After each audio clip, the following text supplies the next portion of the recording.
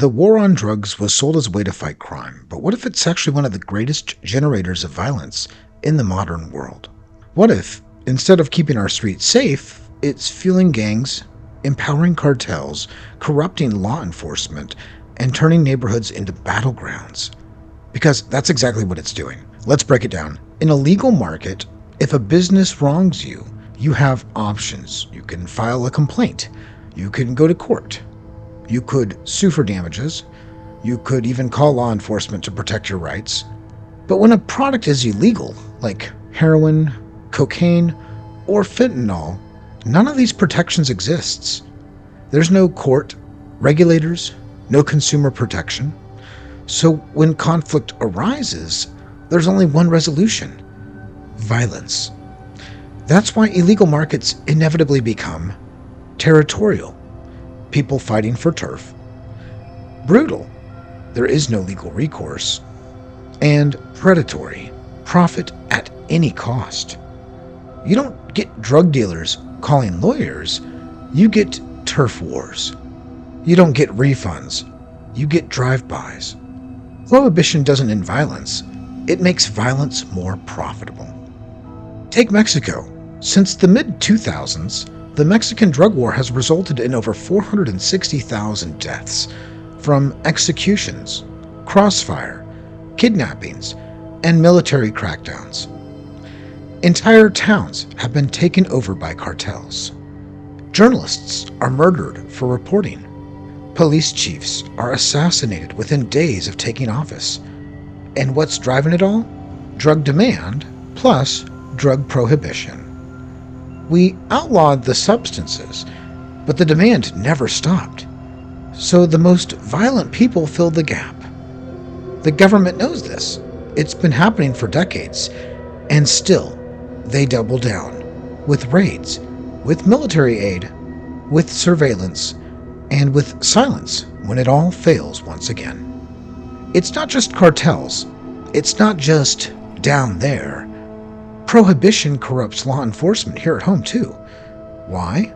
Because the drug war creates perverse incentives.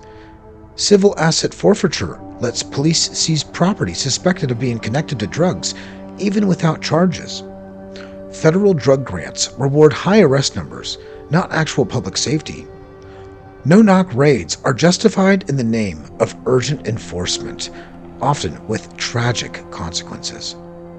This has led to innocent people being shot in their own homes, false convictions based on planted evidence, officers taking bribes from traffickers, SWAT teams kicking in doors over minor possession. We've created a system where punishment is profitable and corruption is often rewarded. When you ban a product that people still want, you don't make it disappear. You give violent actors a near monopoly. At least with legal businesses, you have age limits, lab testing, health regulations, cameras in the stores, etc. But drug cartels have none of that, just firepower and fear. We have safer alcohol today, not because it's harmless, but because it's legal. And that freedom in the marketplace allows the consumer to have choice, which acts as a form of regulation. Alcohol vendors have incentives to produce high-quality alcohol, not poison their customers. If we banned alcohol again tomorrow, guess what would happen? Crime would spike, violence would explode, and the worst people would take over the supply chain again. That's not a theory. It's history. And it's happening again right now with drugs. Politicians say the drug war is about law and order. But what kind of order is this? Corrupt cops, empowered cartels, exploding prison populations, decades of violence. You don't reduce crime by criminalizing peace. You don't promote order by manufacturing black markets. And you certainly don't create safety by putting the entire drug trade in the hands of the most violent people on earth. That's not law, that's legalized chaos. So the next time someone says, We need the drug war to fight crime. Ask them this: where did the crime come from in the first place? Because if you look closely, you'll find that the war on drugs didn't stop crime.